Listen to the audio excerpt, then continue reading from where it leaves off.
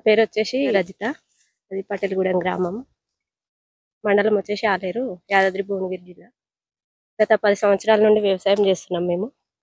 ఈ సంవత్సరం మొత్తం ఎండిపోయింది ఊరంతా, బావిలో నీళ్లు లేక ఊరంతా ఎండిపోయింది. ఈ ఈ చుట్టుపక్కల చెక్ డ్యామ్లు కానీ, మా ఊరికి చెరువు కూడా లేదు, ఇటు నీళ్ళ సోర్స్ ఏం లేదు. అందువల్ల ఎండిపోయిందని మేము అనుకుంటున్నాము. ఈ 10 సంవత్సరాల నుండి వ్యవసాయం చేసుకునేటప్పుడు మీ పొలం అంతా ఎండిపోవడం వల్ల మా ఆయన సిటీకి పనికి పోవాల్సి వస్తుంది. ఇప్పుడు మా పేరు శ్రీవాణి, మాది పటేల్గూడెం. మేము ఒక రైతుము. 5 ఎకరాల వరిసేను పెట్టినాము. పెడితే అది వచ్చేసి మొత్తం ఎండిపోయింది. 3 ఎకరాల దాకా ఎండిపోయింది.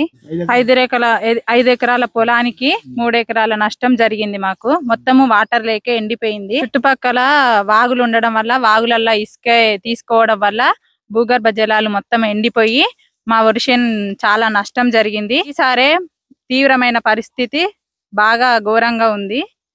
నా పేరు బండ రమేష్, మా మండలం ఆలేరు, జిల్లా యాదాద్రి. మేము 15 ఏళ్ళ నుంచి 20 ఏళ్ళ నుంచి నాటు మంచిగా పెడుతున్నాం.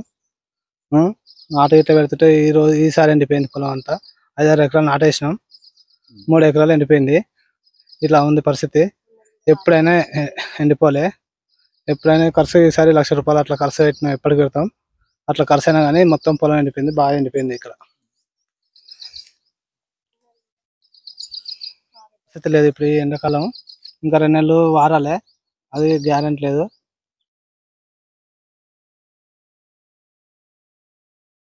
నా పేరు పిక్క కుమరయ్య సార్, పటేల్గూడెం సార్. నా పేరు పిక్క కుమరయ్య. ఇక మీకే అధ్యగ్రం అంతా వాడుతుంది. ఇప్పుడు ఒక్కరిని చూసినట్టు వస్తుంది బోర్. ఇక గది ఆయన మాడి తిప్పుతున్నాం. మిర్రదేలు ఇది పలుగుడు పట్టింది. ఇక వారదాన్ని సపరేట్గా ఇది ఆడ పెడతలేము, ఒక ఐకే పెడుతున్నాయి. ఇప్పుడు ఇక సపరేట్ ఏం చేస్తాను, సపరేట్ కుక్కున్నా సార్. 30,000 వచ్చింది సార్. ఈ ఎకరానికి 30,000 వచ్చింది అంతా. పురాగా ఎండిపోతే గాలి కొక్కపోతే అనుకోరా మేపుతాం. ఇక 4 నెలలు తింటున్నాయి కూరలు పెట్టకుండా అయిపోయింది. ప్రతి అంతా ఆగమైపోయింది. ఊరియా మొన్న అది పోయింది, ఇది పోయింది సార్. కొసకి ఏమైందో ఇంకా తెలియదు.